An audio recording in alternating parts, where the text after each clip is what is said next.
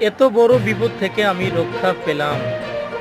Hello viewers, এটা হলো একটা ট্রেনের ইঞ্জিন, এই পাশে আছে ট্রেনের বডি, মানে আমার ট্রেনটি।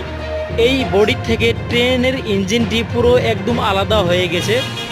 সিধা কথা বলতে গেলে ছিঁড়ে গেছে। কিভাবে ছিঁড়লো যদি জানতে চান কিভাবে আলাদা হলো, তাহলে ভিডিওটি দেখেন, আপনি বুঝতে পারবেন। ট্রেনটি চলছিল ঘন্টায় 120 কিলোমিটার স্পিডে। তখনই ইঞ্জিনটি ট্রেন থেকে ছুটে আলাদা হয়ে যায়। ট্রেনের পাইলট বা ড্রাইভার বলতে পারেন, সে জানতেই পারে না যে ট্রেন থেকে ইঞ্জিন আলাদা হয়ে গেছে। কিছু দূর যাওয়ার পরে দেখে এইভাবে আলাদা আলাদা হয়ে রয়েছে। যাই হোক, আল্লাহর অশেষ মেহেরবানিতে সব প্যাসেঞ্জার আমরা ভালোই ছিলাম, কোনো ক্ষতি বা কোনো দুর্ঘটনা হয়নি। শুধু ইঞ্জিন ট্রেন থেকে একটু আলাদা হয়ে গেছিলো।